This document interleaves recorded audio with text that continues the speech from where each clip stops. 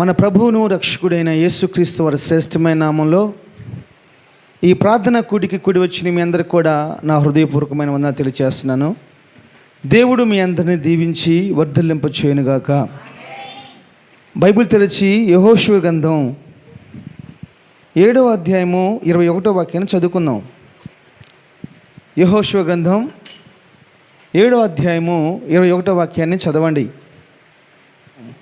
దోపుడు సొమ్ములో ఒక మంచి షినారు వస్త్రమును 200 తులముల వెండిని 50 తులముల ఎత్తుగల ఒక బంగారు కమ్ముని నేను చూచి వాటిని ఆశించి తీసుకుంటుని. చాలు, చిన్న ప్రార్థన చేసుకుందామా. మహాపరిశుద్ధుడైన తండ్రి, ప్రేమ నమ్మకం కలిగిన మా యేసు ప్రభువా, ఈ సమయంలో మరొకసారి మీ సన్నిధిలోకి వస్తూ ఉన్నాము. మా ప్రాణ ఆత్మ దేహాల్ని మీకు అప్పగించుకుంటున్నాము తండ్రి. సహబిడ్డలందరూ మీ చేతులకు అప్పగిస్తున్నాను అయ్యా. ఈ సమయంలో మీ కృప కలిగిన మాటలు మీ కృపతో నా నోటికి అందించమని, వినగలిగిన బుద్ధిని అర్థం చేసుకునే మనసును అనుగ్రహించండి. వ్యతిరేకంగా పనిచేస్తున్న ప్రతి దురాత్మకార శక్తుల్ని బంధించమని యేసు నామములో ప్రార్థన చేస్తున్నాను తండ్రి. ఆమేన్. హల్లెలూయా. చాలా సంతోషం.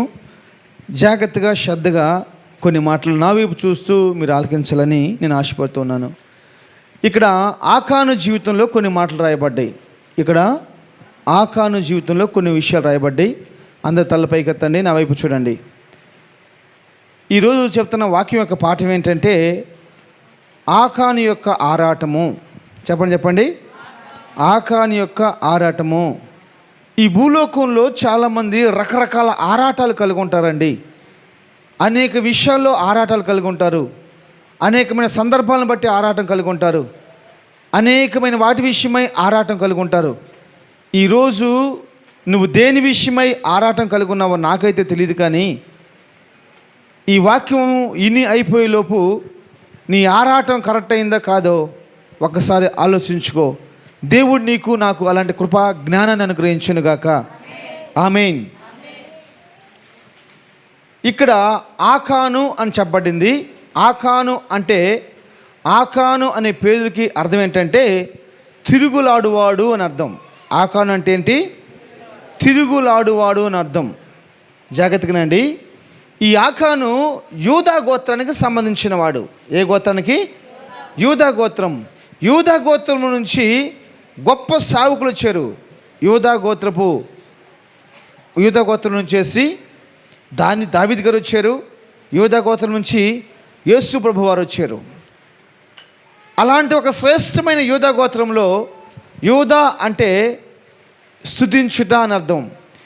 ఇలాంటి స్తుతించే గోత్రం నుంచి వచ్చిన ఒక వ్యక్తి, ఆయన ఆరాటాన్ని చూడండి ఎలా ఉందో. స్తోత్రం. దేవుని బిడ్డలారా, మనం భూలోకంలోనూ పరలోకంలోనూ దీవెనకరంగా మార్చబడాలన్నదే దేవుని యొక్క ఉద్దేశం. మహేష్, భూలోకంలోనూ పరలోకంలోనూ నిన్ను మించిన వాడు ఉండకూడదనే దేవుని యొక్క ఉద్దేశం. దేవుని యొక్క గొప్ప ప్రణాళిక ఏంటంటే భూలోకంలో నువ్వు గొప్పవాడిగా ఉండాలి, పరలోకంలోనూ నువ్వు గొప్పవాడిగా ఉండాలి. ఏ విషయంలో నువ్వు తగ్గి ఉండకూడదు. స్తోత్రం. హల్లెలూయా. ఎఫెసీ పత్రిక 1వ అధ్యాయము 10వ వాక్యం. ఎఫెసీ పత్రిక 1వ అధ్యాయం 10వ వాక్యం. ఈ సంకల్పమును బట్టి, జాగ్రత్తగా వినాలి, మీరు అండర్లైన్ చేసుకున్న తర్వాత, ఈ సంకల్పమును బట్టి ఆయన పరలోకములో ఉన్నవే కానీ భూమి మీద ఉన్నవే కానీ సమస్తమును క్రీస్తునందు ఏకముగా సమకూర్చవలనని తనలో తాను ఆమేన్ చెప్పండి ఒకసారి.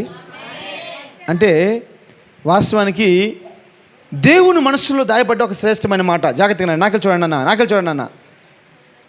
యేసు ప్రభు మనసులో, తండ్రి అయిన దేవుని మనసులో ఉన్నది ఏంటంటే భూలోకములో ఉన్నవైన కానివ్వండి, ఆకాశంలో ఉన్నవైన కానివ్వండి, సమస్తమును క్రీస్తులో దాచబడి ఉండాలని. సమస్తమును ఎక్కడ దాచి ఉండాలి? క్రీస్తులో. ఇప్పుడు ఎక్కడున్నాయి తెలుసు? మొత్తము ఎక్కడున్నాయి?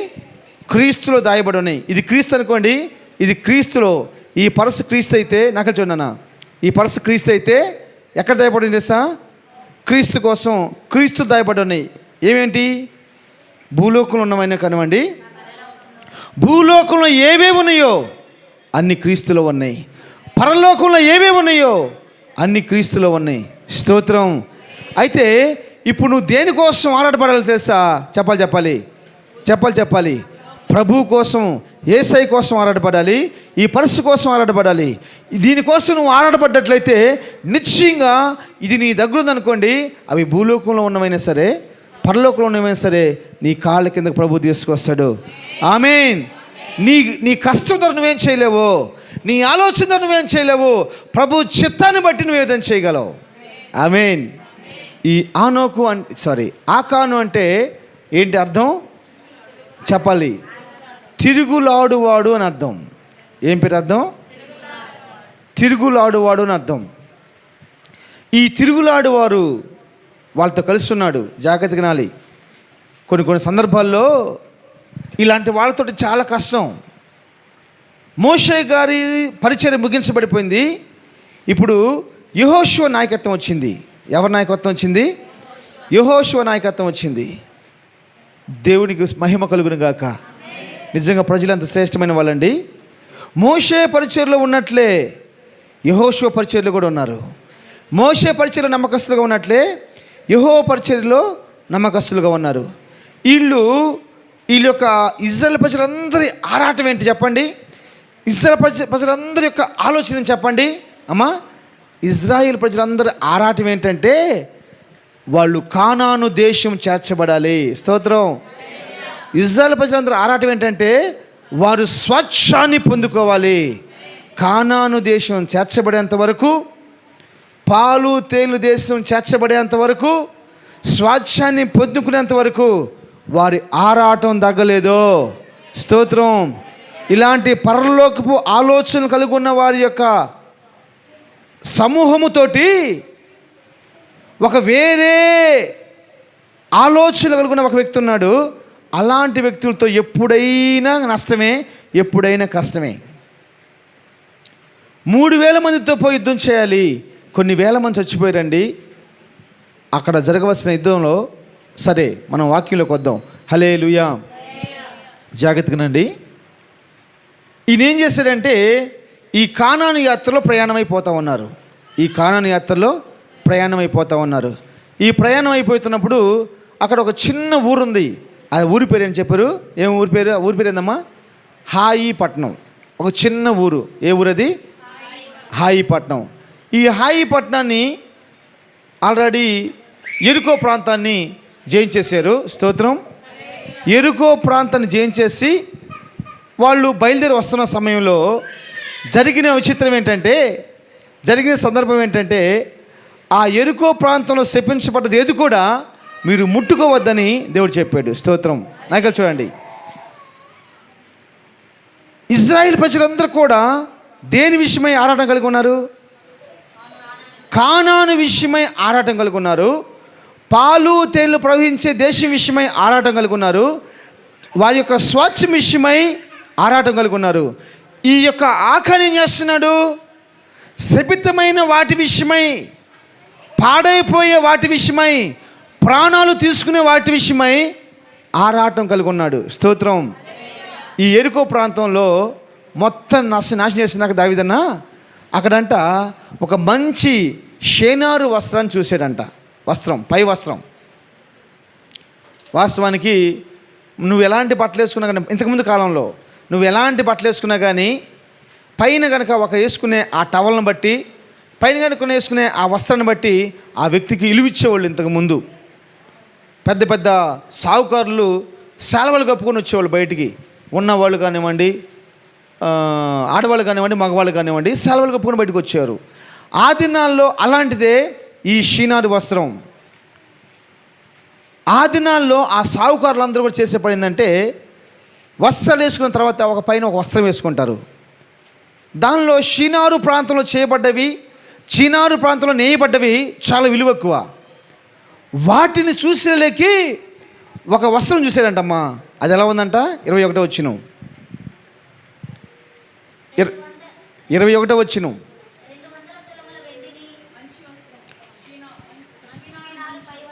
మంచి వస్త్రం అంట.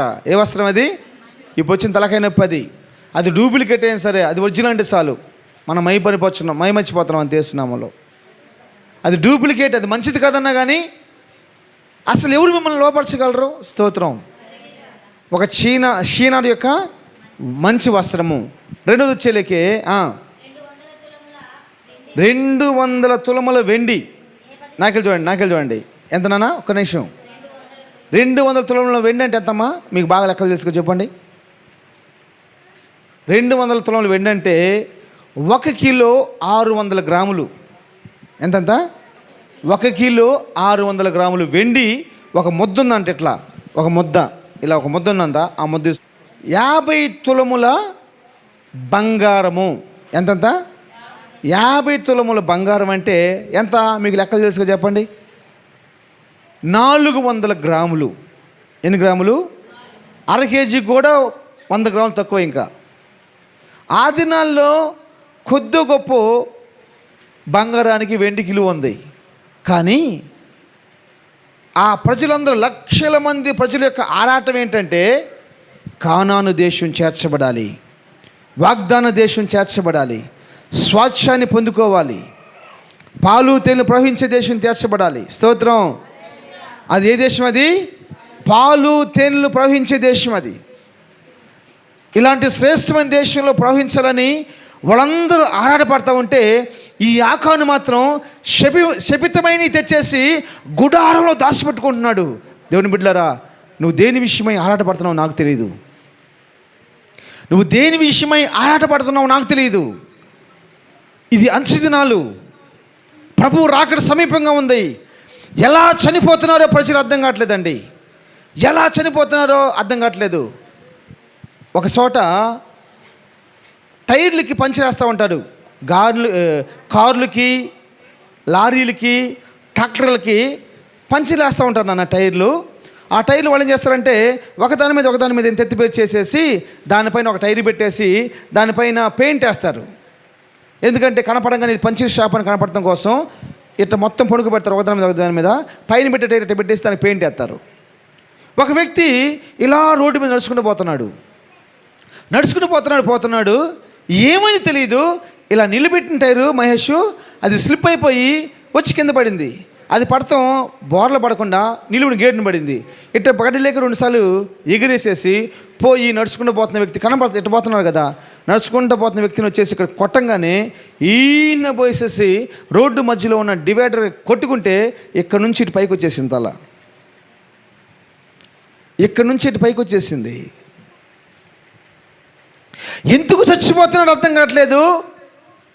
ఎలా చచ్చిపోతున్నాడో కూడా తెలియదు. కొంతమంది సావండి ఘోరంగా ఉంటుందండి. కొంతమంది చావు ఘోరం. దైవజనులు సాబాను గారి జీవితంలో ఎంత గొప్ప ఆశీర్వాదమో. ఆ రోజంతా ఆ కూర్చునే రూమ్లో పెయింట్ వేసాడంట. స్తోత్రం. పెయింట్ వేసి ఒక మూలన ఆ బ్రష్ బాగా రాకపోతే నేను సెంటర్కి వెళ్ళి ఒక మంచి బ్రష్ కొనుక్కొత్తా అని చెప్పి వెళ్ళాడంట. పోయి కొనుక్కొని వచ్చే సోఫాలో కూర్చున్నాడు. అమ్మ నాకు ఒక లాగా ఉంది, నాకు తాకటానికి ఇది నియమంటే వాళ్ళ కొడుకు అదే డ్రెస్ వేసుకొని డాడీ నేను సెంటర్కి జ్యూస్ వేసుకొద్దని చెప్పేసి అని బయటికి వెళ్ళిపోతున్న వాళ్ళకి ఒక్కసారి అలా సోఫాలో ఉడికిపోయాడంట. ఇంకంతే చనిపోయాడు. నీతిమంతుల మరణం. స్తోత్రం. రోగానికి అప్పగించలేదు. స్తోత్రం.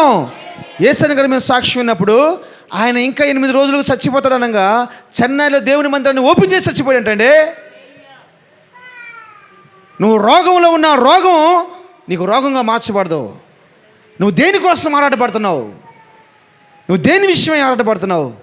దేవుని సేవకు నేను చెప్తున్నాను, బతినాడు చెప్తున్నాను. ఆఖరి దినాలకు వచ్చేసాము. పాపము పరిపక్వం చెందుతూ ఉంది. పాపము పగిలిపోతూ ఉంది. పుట్లుగా పాపం పుట్లుగా పగిలిపోతూ ఉంది. ఏ పక్క నుంచి ఆ పాపపు నీళ్ళు వచ్చేసి మనల్ని కంపుకుంటాయో తెలియవు. యేసు రక్తం కిందకు నువ్వు వస్తే కనుక నువ్వు రక్షించబడతావు. యేసు రక్తం కిందకు నువ్వు వస్తే కనుక నువ్వు కాపాడబడతావు. స్తోత్రం. ఈ ఆకాను అందరూ దేనికోసం ప్రయాసపడుతున్నారో అది మర్చిపోయాడండి. అదే యాత్రలో ఉన్నాడు. అదే మార్గంలో ఉన్నాడు, అదే ప్రయాణంలో ఉన్నారు, వాళ్ళతో పాటే ఉన్నాడు. స్తోత్రం. ఎప్పుడైతే శపితమైనవి తీసుకున్నాడో ఆ శపితమైన దాన్ని బట్టి 24 వచ్చిన ఒకసారి చదువునానా, 24 వచ్చిన చదువు ఒకసారి. తరువాత యెహోషువను ఇశ్రాయేలు అందరును జరాహు కుమారుడైన ఆకానును, ఆ వెండిని, ఆ పై వస్త్రమును, ఆ బంగారు కమ్మిని, ఆకారు జగత్ తినాలి, ఆకారు కుమారులను, ఆకాను కుమార్తెలను, ఎద్దులను, గాడిదలను, మందను, డేరాను, వానికి కలిగిన సమస్తమును పట్టుకొని పోయి ఆ కోరి లోయలకు తీసుకొని వచ్చిరి. అప్పుడు యెహోషువ,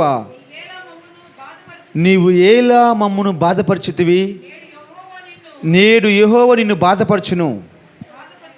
బాధపరచుననగా ఇజ్రాయేలందరూ వారిని రాళ్లతో చావగొట్టిరి. మీరు ఆలోచించండి. ఇంక్లూడ్ గుడారం బాబు, ఇంక్లూడ్ గుడారం. ఆకాను నివసించిన ప్రతిదీ శపితమైపోయింది, కాల్చబడిపోయింది. దానికోసమా ఆరాటం? ఆకాను, యూదా గోత్రంలో నువ్వు పుట్టావు కదా, నీ పేరుని బట్టి తిరుగులాడువాడు అని చెప్పేసి అని ఒక బిరుదు నీకుంది కదా. ఇలాంటి వ్యక్తివి, యూదా గోత్రంలో నువ్వు పుట్టావే, నీ వంశం ప్రకారము, నీ గోత్రం ప్రకారము దేవుణ్ణి స్తుతించాల్సింది పోయి నువ్వేం చేసావు? లేనిపోయిన వాటి కోసం ఆరాటపడి నువ్వు పోతే పోయావు. నీ కుమార్తెలు ఏం చేశారండి? నువ్వు పోతే పోయావు. నీ కుమారులు ఏం చేశారండి? నువ్వు పోతే పోయావు. నీకు కలిగిన వారు ఏం చేశారండి? నువ్వు పోతే పోయావు. నోరు లేని మందలు ఏం చేస్తున్నాయండి? నువ్వు పోతే పోయావు. వేరే వాళ్ళకు ఉపయోగపడే గుడారం కూడా పోయింది కదండి. స్తోత్రం, హల్లెలూయా. దేనికోసం నువ్వు ఆరాటపడుతున్నావు? ఈరోజు మందిరాలు లేక, మందిరంకు పోక, ఆరాధన చేయక, సహవాసంలో పాలు పొందులు లేక సంపాదిస్తున్నావేమో. అది శపితమైందని నువ్వు మర్చిపోవద్దు. స్తోత్రం. అది పాడైపోయిందని నువ్వు మర్చిపోవద్దు. స్తోత్రం. అది నిన్ను కాల్చేసిందని మర్చిపోవద్దు. స్తోత్రం, హల్లెలూయా. నేను చెప్తున్నాను దేవుని సేవకుడిగా, ఆకాను జీవితంలో ఆరాటము తన మరణానికి నడిపించిందండి. ఆకాను జీవితంలో ఆరాటము తన మరణానికి నడిపించింది. ఒక మాట చెప్పమంటావా? ఎవరైతే దేవుని కోసం ఆరాటపడుతూ ఉంటాడో, బైబిల్లో ఒక మాట రాసి ఉంటుంది, చక్కని మాట. 88 కీర్తన 10 వచ్చిన అనుకుంటాను, తక్కువ చదవండి. Psalms 88 chapter 10 verse 10. మృతులకు నీవు అద్భుతములు చూపేదావు. చాలా నాన్న, ఎవరికి? జీవం కలిగిన దేవుడు. ప్రియాంక, చచ్చిన వాళ్ళకి కాదు, బ్రతికిన వాళ్ళకైనా అద్భుతం చూపిస్తాడు. చచ్చిన వాళ్ళకి కాదండి, శపితమైన వాడితోటి చచ్చాడు. కానాను దేశంలో పాలు పొందులు పంచుకోవాలా? యేసు ప్రభు యొక్క ముఖ దర్శనం చూసిన మోషే ఆరాటపడతా ఉన్నాడు, పాలు తేళ్లు ప్రవహించే దేశంలో కాలు పెట్టాలని. కానీ ఆ భాగ్యం అతనికి లేదు, ఆకానికి లేదు. నాకెళ్ళి చూస్తే జాగ్రత్త వాక్యమేనండి, లేదు. యేసు ప్రభు అంటున్నాడు ఒక మాట తెలుసా? నేను మృతులకు, సచ్చిన వారికి నేను అద్భుతాలు చూపించను, బతుకున్న వారికి నేను అద్భుతాలు చూస్తాను. నువ్వు చచ్చేవా? నీ ఆరాటాల ప్రకారం నువ్వు చచ్చిపోయావా? నీకేం కోరికలు ఉన్నాయి? నీకేం కోరికలు ఉన్నాయి? స్తోత్రం. నీ కోరిక యావత్తు నా దేవుడు సఫలపరచును గాక. అది శపితం కాకూడదు, అది శపించబడింది కాకూడదు బాబు. నీకు ఏం కోరికలు నాకు తెలియదు, కానీ అది శపించబడిందా? నీతో పాటు నీ బిడ్డలు, నీ మందలు, నీ అన్నవారు అందరూ కూడా రాళ్లతో కొట్టబడి శపించబడతారండి. ఒక్కసారి మీరు ఆలోచించండి నాన్న, ఒక్కసారి ఆలోచించండి. శపితమైన దానికోసం ఆరాటపడి చిన్న బిడ్డలు, అన్ని పుణ్యం తెలియని వాళ్ళని తీసుకొని రాళ్ళతో కొడుతుంటే ఎంత వేదన. ఒక్కసారి మీరు విమర్శ చేసుకోండి, ఒక్కసారి మీరు ఆలోచించండి. ఎంత కఠినం అండి అది, ఎంత బాధాకరం మీకు తెలుసా? అందుకే ద్వితీయోపదేశ కాండంలో ప్రభు వారు మాట్లాడుతూ ఉంటాడు, తల్లిదండ్రుల శాపాలు, తల్లిదండ్రుల పాపాలు బిడ్డల మీదకి శాపాలుగా మార్చబడతాయి. అది ఆకాను పాపము, ఒక్కసారికి రాళ్ళతో కొట్టి చంపవేయబడ్డాడు.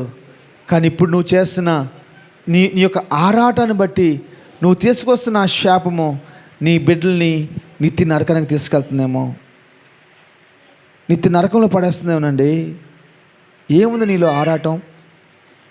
నీలో నాకు ఈ ప్రభు విషయమై ఈ ఒక్క ఆరాటం ఉందని ఎవరైనా చెప్పగలరు? ఇక్కడ కూర్చున్న వాళ్ళు ప్రభు విషయమై నాకు ఈ ఆరాటం ఉందని ఎవరైనా చెప్తారా? దేవుడు చచ్చిన వాళ్ళకి అద్భుతాలు చూపించడు, బతికిన వాళ్ళకి అద్భుతం చూపిస్తాడు.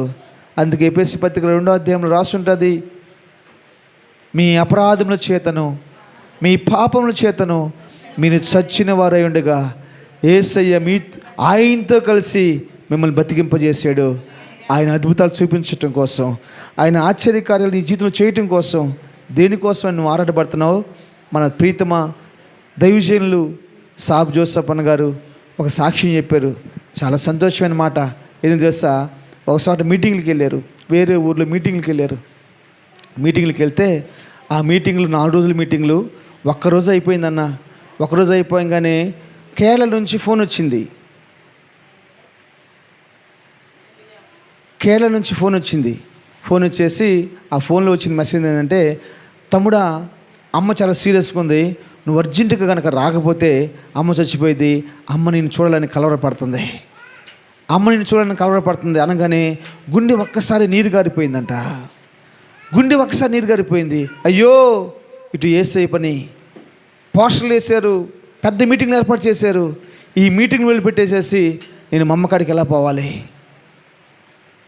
ఇప్పుడు రెండింటి మధ్య ఇరుకాటం అయిపోయింది. తల్లి కోసం ఆరాటమా, ప్రభు కోసం ఆరాటమా? తల్లి కోసం ఆరాటమా, ప్రభు కోసం ఆరాటమా? ఆయన చెప్తున్న మాట ఏం చేస్తా, అన్నయ్య మీరు భయపడొద్దు, నేను వచ్చేంత వరకు నా తల్లి నన్ను చూడకుండా కన్నుమూయదని చెప్పాడంట. స్తోత్రం. రే మూర్ఖుడిలాగా మాట్లాడబాక. నువ్వేనా యేసయ్యని నమ్ముకుంది? మేము యేసయ్యని నమ్ముకోలేదా? మాకు విశ్వాసం లేదా? మాకు భక్తి లేదా? మేము బాప్తిసాలు తీసుకోలేదా? మారుమోసు పొందలేదా? కానుకలు ఇవ్వలేదా? దశంభాగాలు ఇవ్వలేదా? 10 బలాలు ఇవ్వలేదా? నువ్వు చేసిన వాటికంటే మేము పెద్దవారిగా మేము ఎక్కువ చేసాంరా, నువ్వు నోరు మూసుకొని రా అని. సారీ, నా దేవుని కోసం నేను ఆరాటం కలిగి ఉన్నాను. స్తోత్రం. నా దేవుని కోసం నేను ఆరాటం కలిగి ఉన్నాను. నా దేవుని కోసం నా ప్రాణం ఇటకు నేను సిద్ధంగా ఉన్నాను. నన్ను చూడకుండా నా తల్లి చనిపోదు అని చెప్పేసి అని పోకుండా ఆ 4 రోజులు మీటింగ్ ముగించుకొని అర్ధరాత్రి 12 గంటలకు కారులో బయలుదేరి వెళ్ళిపోయినాక చూసి అన్నపోయి ప్రార్థన చేశాడంట. ఆయన చెప్తాం సాక్ష్యం చేస్తా, మొన్నటిదాకా ఆమె బతికే ఉందంట. ఆల్మోస్ట్ 22 సంవత్సరాలు బతికిందంట. యేసు రక్తమే చేయం. ప్రభు కోసం ఆరాటపడు, అనేక మందిని మనం బతికిస్తామండి. ప్రభు కోసం మనం ఆరాటపడ్డామా, అనేక మందిని జీవంలోకి నడిపిస్తామండి. హల్లెలూయా. నువ్వు దేనికోసం ఆరాటపడుతున్నావు? దేనికోసం? ఏం మిగల్చబడలా సింగమమ్మ.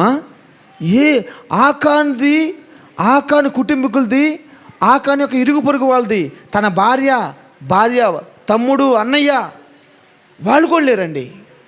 స్తోత్రం.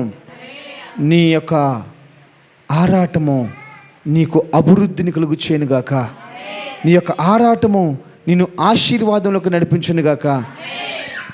ఈ ఆరాటము శపించబడే విషయాల్లోకి తీసుకెళ్లకుండా ఆశీర్వాదకరమైన విషయాల్లోకి ప్రభు నడిపించునుగాక. దేవునికి స్తోత్రం. హల్లెలూయా. అతను ఏమీ సంపాదించుకోలేకపోయాడు. ఆకాను ఏది సంపాదించుకోలేకపోయాడు. స్తోత్రం. నేను నమ్ముచున్నాను మీరందరూ కూడా పరలోక రాజ్యాన్ని సంపాదించుకుంటారని. నేను నమ్ముతున్నాను మీరందరూ పరలోక రాజ్యంలో ఉంటారండి. ఈ లోకం శాశ్వతం కాదండి. ఈ లోకంలో ఉన్న ఏది కూడా శాశ్వతం కాదు. ఉన్న ఈ 50 రోజులు, 50 సంవత్సరాలు, 60 సంవత్సరాలు, 70 సంవత్సరాలు సుఖజీవనం చేసేసి సమాధాన సంతోషాలతో మనం చచ్చిపోదాం. పరలోక రాజ్యం చేర్చబడదాం. శపించబడినవి తీసివేసుకొని దీవెనకరమైనవి తీసుకొని ఆశీర్వాదకరంగా మార్చబడదాం. ప్రభు ఈ మాటలు దీవించునుగాక. ప్రభు మన విషయమై ఈ మాటలను దీవించునుగాక. ప్రభు ఈ మాటలు మనకి అభివృద్ధిని కలుగు చేయనుగాక.